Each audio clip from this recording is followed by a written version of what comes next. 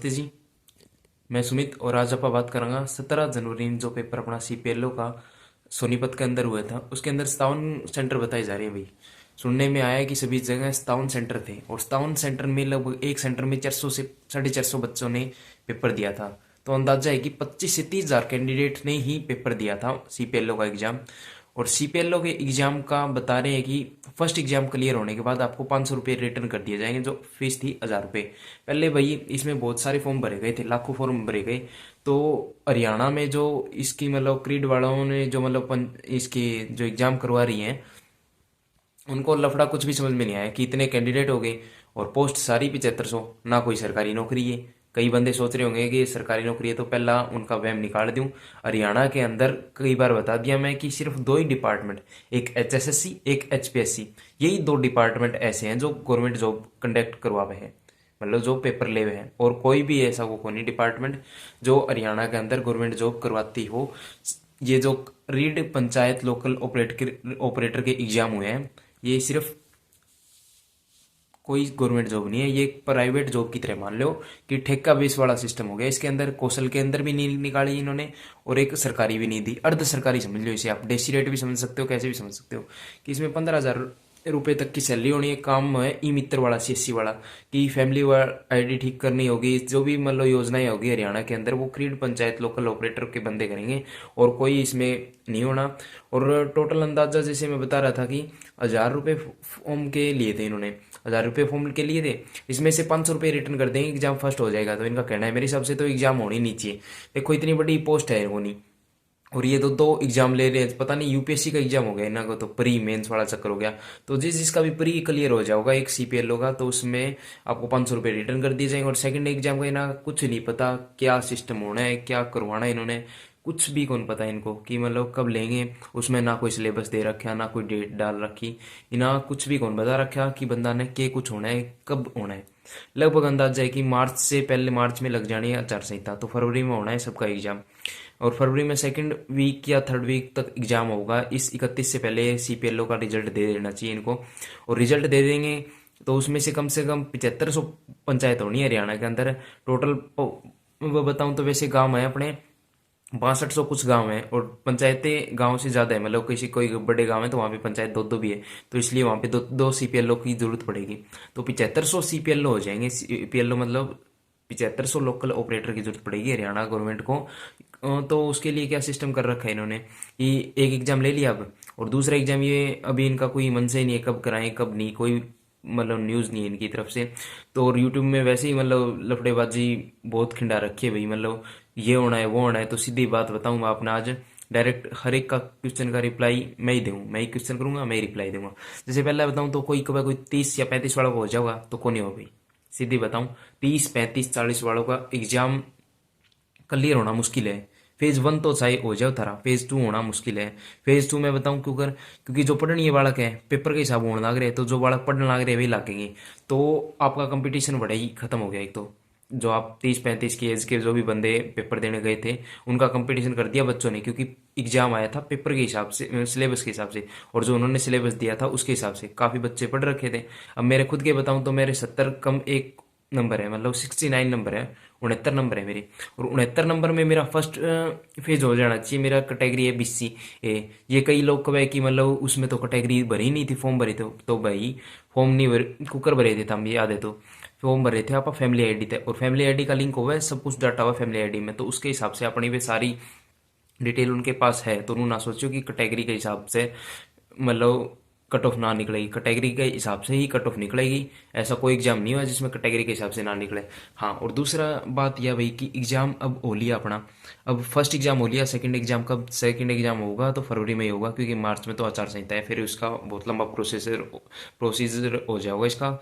तो ये प्रोसेस में टाइम लगेगा, इनका कुछ नहीं पता हरियाणा वाला का। और एक हाँ, जिसके भी ग्रुप डी में नंबर कम बढ़ने हैं और वो इसने दे रखे है तो इस पे ध्यान दे लियो एक बार। हम साथ साथ में पढ़ भी इसको, इसमें एक पंचायत में एक बंदा लगेगा कि दो बंदा लगेगा, एक या सीधी बात बताऊं, मान लो थारी दूसरी पंचायत के अंदर कोई भी काम नहीं, काम के कोई भी बंदो अपना दो गांव है, जैसे मेरे गांव के पास वाले गांव में कोई भी किसी भी बंदे ने सीपीएलओ का एग्जाम नहीं दिया, वहां से कोई भी नहीं था, और मेरी पंचायत में से दो बंदों ने एग्जाम दे दिया और दोनों पास हो गए, तो जो एक और जिसके एक कम मार्क्स हो गए उसको दूसरी पंचायत में डाल दिया जाएगा।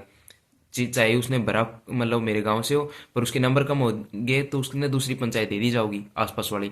ये ना समझियो कि आप एक पंचायत के अंदर दो पास हो गए तो जिसके ज्यादा है वही लगेगा, ना ना, या कोई को नहीं, जरूरी को नहीं, क्योंकि साथ वाली पंचायत में भी तो सीपीएलओ का कोई पेपर कौन दिया, तो उसमें भी तो सीपीएलओ की जरूरत पड़ेगी, तो वो बंदा वहां पे ट्रांसफर समझ लो चाहिए एक तरीके वहां पे उसने जॉब मिल जाओगी। सीपीएलओ के अंदर काम क्या उसके, सीपीएलओ के अंदर सीएससी का सारा काम होगा। ई मित्र मान लो, ई मित्र सीएससी एक ही बात हुआ है, सारा काम होगा, फैमिली आईडी रिलेटेड सब कुछ काम होगा इसमें। एक हाँ, साथ साथ में आप काम किए कर सका इसके अंदर, साथ साथ में अगर और आप बिजनेस बढ़ाना चाहो, क्योंकि इसकी सैलरी तो भाई ना सोचो कोई 30-35 हज़ार, कोई ना कोई 30 हज़ार होनी है, कोई ना कोई सी ग्रुप की नौकरी है, कोई ना कोई डी ग्रुप की नौकरी है। भाई सी ग्रुप डी ग्रुप की मी को नहीं उसमें लिया, ई ग्रुप की नौकरी है, ई ग्रुप की नौकरी है, तो इसमें बताऊं जिस तरह अपन आपका आप के काम कर सको, इसमें स्टेशनरी का आप सामान रख सको, प्रिंटर रख लो, प्रिंटर रख लेने के बाद में आप समझ लो बैंक, आज कल के सिस्टम हो कि बैंक का टाइप हो रहे हैं हर एक गांव के अंदर, मतलब कनेक्शन हो रहे हैं, लिंक मान लो ना कि एक छोटी छोटी ब्रांच खुल रही है, जैसे हमारे गांव के अंदर एसबीआई की एक ब्रांच खोल रखी है, ब्रांच नहीं है वो एक छोटा सा ऑफिस हो गया सीएससी की तरह, सीएससी हो गया बैंक का सीएससी, कि जहाँ से आप गांव के अंदर ही बैंक का लेन देन कर सकते हैं, आजकल आप बैंक में जाने की जरूरत नहीं है, तो वैसे ही आप वहां से मतलब बैंक वालों से कनेक्शन करके अपने गाँव में वो ब्रांच खुलवा सकते हो, एक ऑफिस खुल जाएगा उसी के अंदर, कि आप साथ साथ में उनका काम कर सकते हो, पैसे जमा करा सकते हो, निकलवा सकते हो, एक तरह का वो काम हो जाएगा आपका।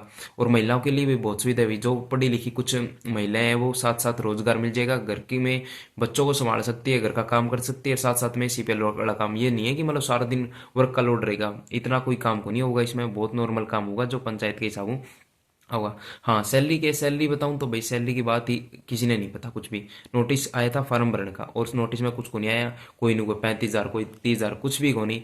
असल में इसकी सीपीएलओ की जो वो मतलब सैलरी होनी है वो 10 से 15 हज़ार रुपये होगी, और आपका काम वर्क बेस चीज होएगा। जैसे आप फैमिली आईडी दिन में 4 अपडेट कर दी, 5 अपडेट कर दी, या 5 बना दी, कुछ डॉक्यूमेंट बना दिए, तो उसके हिसाब से आपको कमीशन मिलेगा, वो वाला सिस्टम होएगा इसके अंदर। जैसे सीएससी का काम होता है वो सारा लोकल ऑपरेटर को हरियाणा गवर्नमेंट चाहती है कि सारा पारदर्शी सिस्टम हो जाए, ये नहीं है मतलब कोई आधी योजना उसमें डिवाइड है, आधी योजना उसमें डिवाइड है। हरियाणा के अंदर 100+ योजना है और किसी को नहीं पता, और हरियाणा गवर्नमेंट ऐसे चाहती है कि मतलब सबको योजनाओं का लाभ मिले, और वो लाभ हमारा ही बंदा दे, मतलब जैसे लोकल ऑपरेटर ही सबको सूचना देगा और सबको वो बताएगा। और आपके क्वेश्चन क्या क्या हो सकते हैं कि कट ऑफ, हाँ 30, 35, 40 हो सकती है क्या? नहीं भाई, को नहीं हो सके, सीधे बताऊं तो जिसके भी 60+ नंबर बनने नहीं तो वो तो सेफ है ही है, पता ही है। जिसके 50-55 नंबर बन रहे हैं फेज 1 के अंदर जो एग्जाम हुआ था 17 तारीख को, जिसके भी 50+ नंबर बन रहे हैं, आराम से अपना अपने सेफ मानो और काचे काटो अगर फेज 2 होया तो।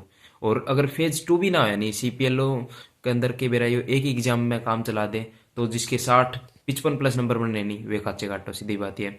और किसी भाई ने कुछ भी पूछना नहीं, अपने चैनल पे कमेंट कर दियो, इस वीडियो के नीचे कमेंट कर दियो, सारी डिटेल दूंगा, सब कुछ मतलब एक सही न्यूज़ दूंगा, खुद पढ़ू हूँ भाई। और किसी ने कुछ पूछना हो तो बता दियो, और मेरे तो दिमाग में यही क्वेश्चन आए कि आप यही पूछ सको। और तो है कि कितना बंदा पास हो सके, हाँ फर्स्ट एग्जाम खातर 7500 पोस्ट होनी चाहिए, नहीं तो लगभग 15,000 ही बंदा पास हो सके एग्जाम में, फर्स्ट एग्जाम में, और सारे फेल करेंगे, क्योंकि 2 गुना ही एक पोस्ट पे 2 ही बंदे मिलेंगे, आपने मिलेंगे तो कंपटीशन घना है को नहीं, घनी भड़क ले ना कि सीपीएलओ में नू होगा वो होगा, कुछ को नहीं। ये चाहोगे तो 2 दिन में काम करवा दें, इतना बड़ा पेपर को नहीं इना का सिस्टम, और इन्होंने रिजल्ट दे देना चाहिए था एक दिन में भाई, ओएमआर शीट चेक हो जाए सारी सारी अगर देनी हो तो। बस मेरा को नहीं के चाहे हरियाणा गवर्नमेंट चाहे सिर्फ लोकसभा आता है सही, थोड़े दिन पहला ग्रुप डी अटका दी ना, ग्रुप सी अटका दी, तो और कोई भी भाई बहन अपने मतलब छोटा बहन भाइयों खातर एक बता दूं कि हरियाणा की तैयारी करनी छोड़ दो, जिसने आपकी लाइफ खराब ना करनी वो हरियाणा की तैयारी करनी छोड़ दो। कभी सोचता हो कि अगले सीईटी की तैयारी या अगले सीईटी ग्रुप डी की तैयारी कर लूँ, छोड़ दो, एसएससी का सिलेबस पकड़ लो। आज के टाइम में हरियाणा के अंदर सी ग्रुप के अंदर और डी ग्रुप के अंदर जिसके भी नंबर आ रहे हैं वो सारे एसएससी के बंदे हैं, जी उन्होंने पूछ लो जाके। वे किस कोई भी टॉपर हरियाणा को वो कोई भी आपने नहीं कहूँगा कि ग्रुप डी की या सी की तैयारी कर लो, सारे बंदे नु कहोगे एसएससी की तैयारी कर लो। और हरियाणा के अंदर जो भी ये बैच बेचनी है ना, ये कई 100 रुपया में जो पीडीएफ बेचे थे, 200 में पीडीएफ बेचे थे, 50 में एक भी पीडीएफ थे, एक भी क्वेश्चन आया हो नहीं भाई तो बता दियो। मैं भी ली थी पीडीएफ, मन तो को मिलिया नहीं कोई क्वेश्चन उना का। ये सारे फद्दू बनाने का पैसा कमाने का चक्कर है, इनके चक्कर हम ना पड़ो। खुद की बुक उठा लो और खुद कर लो, किसी ने पूछना हो तो पूछ लियो।